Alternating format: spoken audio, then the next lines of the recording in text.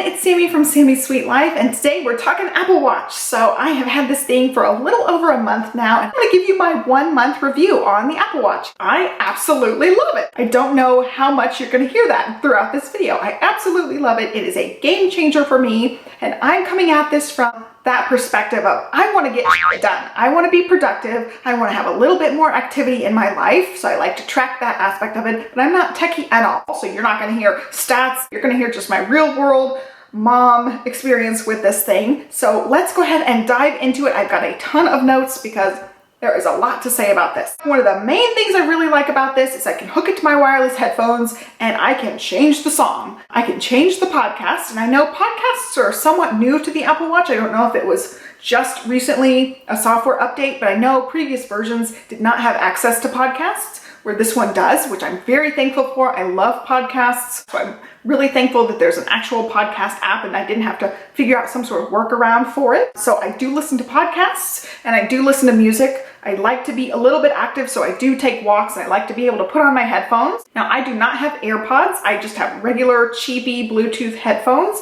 and they have been a little bit iffy. I'll come back to the music in a minute, but I want to touch on the headphones for a second. For the most part, they connect really seamlessly, but I've had a couple of struggles where my watch or my phone, one or the other, won't recognize it when I'm trying to connect. I will have to have my watch or my phone forget the device and then find it again. I've had a couple of those this month, and I don't know what triggers that or why it won't connect all of a sudden, but I have had a couple of those. So I don't know if AirPods would be any better about that, but I'm using it between my phone and my Apple Watch. So I think that's where some of the confusion comes in. It's trying to connect to one, not the other one, and then I can't switch it over. It's just something I've run into a couple of times. So jumping back to the music side of things, I found this to be really helpful in a real world situation to have the music controls right on my watch. I had my phone with me. I was folding clothes, and I'm usually a lazy folder. As soon as the dryer beeps, I will go fold the clothes just straight from the dryer and set them on top of the washing machine in the dryer. So I'm folding clothes and a song ends that I was just jamming out to,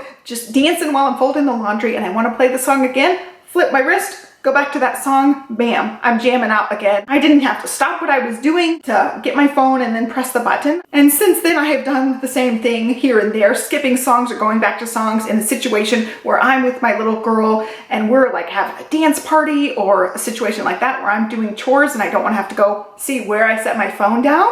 I can just toggle with the controls on my watch, and that right there makes the watch worth it for me. It is just awesome to just have it there, flick your wrist, everything's there that you need. And I love that. I just love that I'm not 100% connected to my phone if I want to do anything. One of the main things for me is just the convenience of it, just having it right on my wrist. If you are listening to music, the music actually streams from here or your headphones. It doesn't just stream out of the Apple Watch, so you do have to have your phone a little bit close by so you can at least hear it. But I've just really loved that convenience feature of it. And if I'm on my watch doing something else, a little red dot will appear and I can go back instantly to whatever I'm listening to, podcasts or music. I can just go right back to it by one press of the button on that home screen. I did have a Fitbit Versa that I did return, and that was one of my main complaints, is I had to scroll and find where the music was, and I wasn't able to just instantly get back to the music. That's just a killer necessary feature in my book. Going along with the same kind of convenience topic, directions are awesome on here. It actually will show me the directions for turning in things. It'll tell me the road name, the mileage left, the arrow, which way I'm going, and so I can just glance and see that versus trying to look at my phone. It's a little bit harder to do that in the car, and it'll also, when I'm getting close to my turn, it will beep and vibrate, so I know my turn is coming up, and that is awesome. I don't have to wait for it to be like turn left as I'm missing my turn.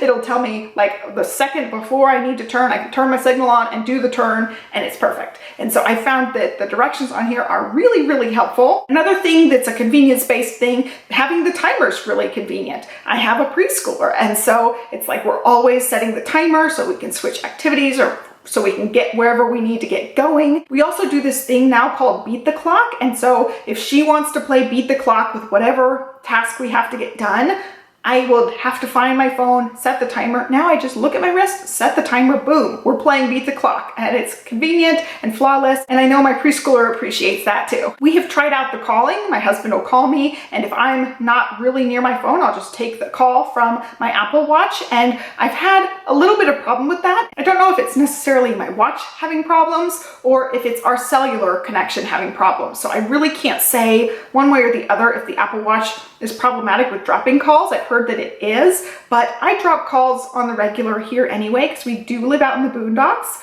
and we just don't have good cell service to begin with. I find it really convenient to have, just to know that I'm getting a call. My phone's in my purse. The volume's not always up on it, and sometimes it's on silent and I don't hear it, but I hear the watch. So there have been times, especially recently with doctor's appointments and confirming different appointments, some of those calls I would always miss and they'd go to voicemail and I'd have to call them back and confirm the call. I can see right on my wrist that somebody's calling and I'll hear it and I'll feel it vibrating. And so I don't miss those calls that I ordinarily would miss if we're out and about and my phone's in my bag or sitting somewhere. I don't miss those like I did before. For instance, we have a 2-story house. Sometimes I set my phone down in the kitchen and we're upstairs playing and I don't have the phone anywhere near me and I miss a call. And now that doesn't happen because it connects to my wrist and I do not have cellular. It's just working off of my phone, but I'm still close enough that it connects. In my own everyday practice, I don't have a problem with my phone reaching my watch if I'm upstairs versus downstairs. I don't know the technical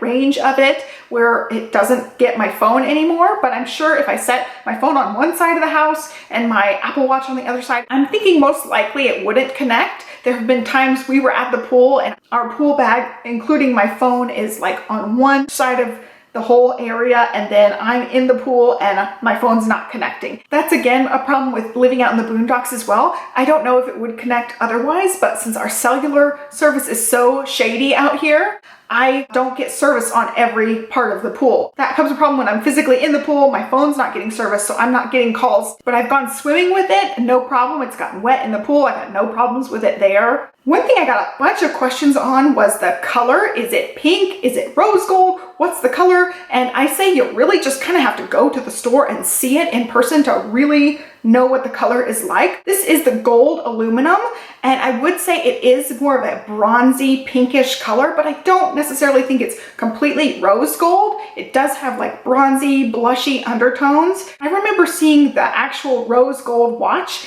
and it looking purely pink, just metallic pink. It didn't have a hint of gold in it, where this one is a mix. It really does have that bronzy gold look to it, but it also has that blushy shade to it. So I can't really describe it better than that. I wish that I could tell you yes, it looks like this, but it's just kind of a mixture. I have actually not seen the new gold stainless, so I don't know really how it compares. It's supposed to match the new gold iPhone. I haven't actually seen it in person, so I can't really compare, but I feel like this one coordinates really well with the gold iPhone. As somebody who loves pink, I love the color of it, but if you're not a pink fan, I think you might need to look at it in person to decide. I would describe the color best as bronzy, pinkish gold. That's what I feel like it is. I asked my husband to look at it and he says it's just pink. So if you're concerned about it being pink, I would say it's more pink than not pink. As far as just using the watch in general, I find that I don't really scroll with the crown very often. I probably think that's more personal preference. So I just scroll on the screen like I'm used to scrolling on my phone, and I don't really use the crown very much as rotation. I do use the button obviously to go back and forth, but I find that the scrolling aspect of it's not all that important for me. And now I am a lefty. I do have it on my right wrist and I do have it, hopefully you guys can see that. I do have it so that the crown is on this side, so it's just easier for me to use. I feel like it's really natural that way. A lot of people have asked me about that, whether I find it awkward. I would find it awkward having to go around to the other side and try to rotate it. So I have really liked having it on the improper side. They do offer that as an orientation when you're setting up your watch, and also you can go under settings and flip it back around and try it both ways if you're interested. Overall, I just feel like it's totally a game changer, a life changer for me to have it. It's so convenient. I have used it more and more to stay productive. I'll really cover the productivity side in another video because I can go on and on about how it's made me more on top of things and more productive having it right on my wrist. I have a couple of gripes about the watch face itself, and I also have a gripe about just the watch band. So I was having the watch band on the third button in. I do have big wrists. This is the small medium band. Somebody had asked me, I measured my wrist, it's about 7 inches, so it's pretty big. And the watch, I feel like, looks okay on my wrist. I would definitely try it out in an Apple store if you can, because it's just such a subjective thing what size you're gonna like. I do prefer the bigger one. Having not had one before, I do really like the bigger one. I think it looks nice and I have plenty of room. I find that it is kind of heavy as somebody who has never really worn a watch. Like maybe in middle school days I wore a watch, but I haven't worn a watch in years and years and years. I don't find it overpowering or anything, but it's something I definitely notice. I notice I have something on my wrist. So going back to the band itself, I find that I really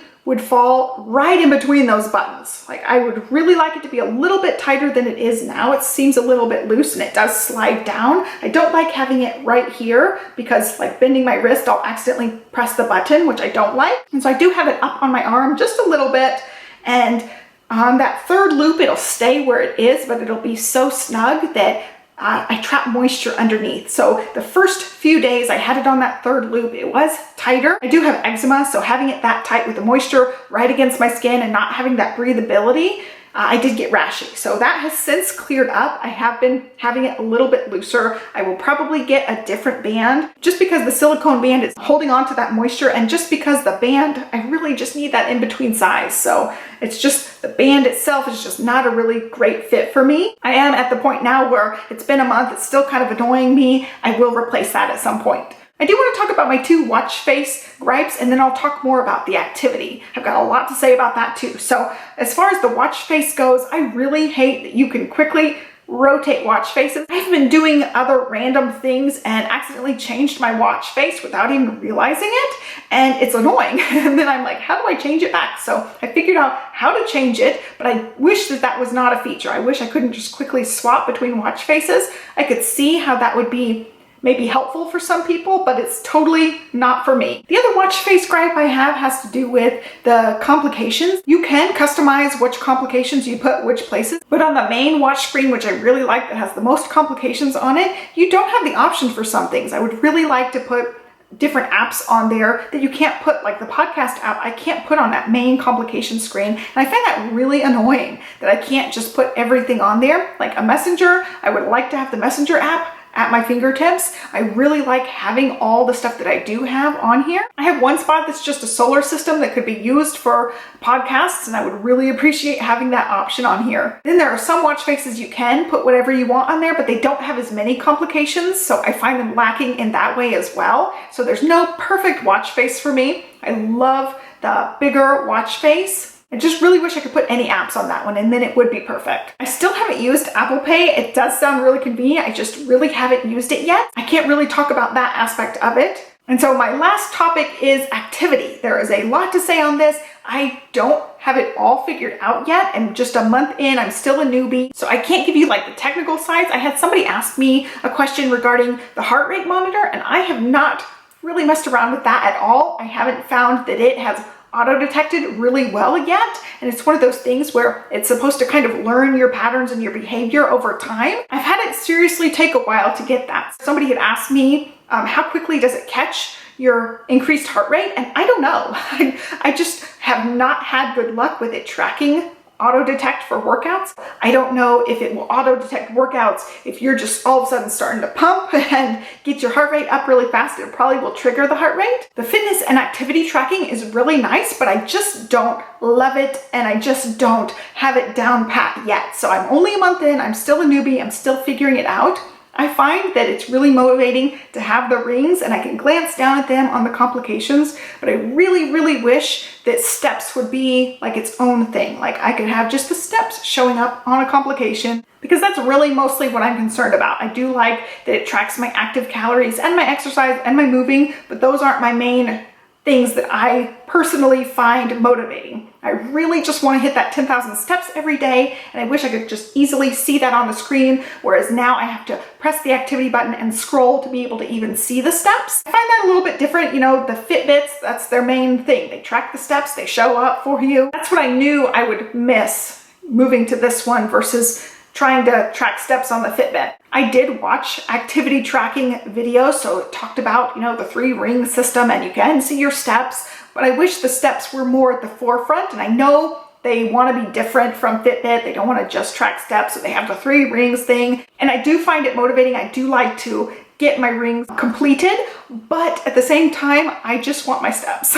I could really get rid of the other 3 and just keep track of my steps. And so as far as my fitness goes, I do a teeny tiny bit of swimming, a couple of laps here and there, and I also do walking. That's just my main form of exercise. I'll do pretty speedy walks. I'll do slow, leisurely walks. It really depends on my mood, and it depends on if I have my little girl with me, and it really depends on the weather. We're in Texas, and sometimes it's just too hot to get outside, and sometimes, like lately, it's just been raining for weeks. So my exercise is just doing loops inside my own house.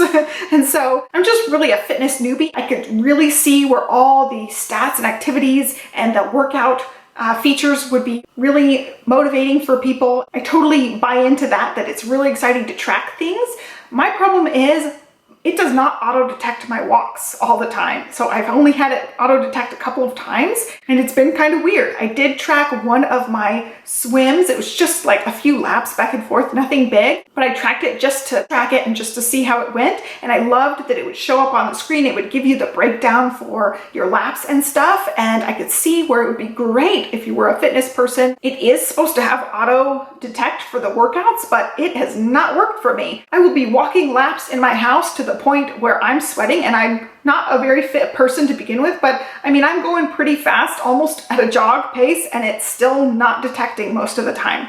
So I've had the watch since it came out, since the first day it was available. It was shipped to my house on the first day, and most of those days I do just 30 minutes of laps around my house. We have an open concept, so I can just like loop back and forth around my house. It did not auto-detect my workout until October 17th, so this is something I've been somewhat consistent about, and it still took a really long time for it to start auto-detecting. And again, it's learning your behavior, it's checking that heart rate, and I guess my heart rate wasn't up high enough until that point in time. I don't really know, but I know I've had some really brisk walks that it hasn't detected up until that point. At first, when I was starting my walks around the house, I would try to go into the workout and hit indoor walk, and it said I didn't have enough outdoor walking time to do the workout at all. So it's still learning in the first bit of time. I think over time it'll get a little bit better about auto detecting, but even now, I'll do this same exact walk, I'll be pretty brisk and do that 2 or 3 days in a row, and it'll only catch it one of the days. So it's only caught a few of my workouts. And again,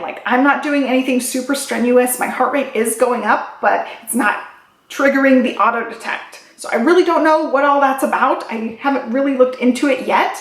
When it did auto-detect my workout, it was awesome. Every mile, it would show me my stats, show me my pace, and all the stuff that I think the fitness people really care about. And it was awesome to see that, and it motivated me to keep going. So I could see it being really important for people in fitness. And so I do want to touch on one of the not so good activity things as well. It has a delay in the step count, and I did end up filming this for you guys. Sometimes it's just a matter of a second or two delay, but I didn't realize this until many workouts into it that it was on a delay. I would do my walks, and I'm trying to hit 10,000 steps, so I'm walking in circles around my house, flipping my phone up and seeing the step count. I'll have it just pulled up on the screen, and I'll walk and walk, look at the step count. It's not actually accurate unless I pause and stop and wait and look, and it will update. And it sometimes would update hundreds of steps all at once,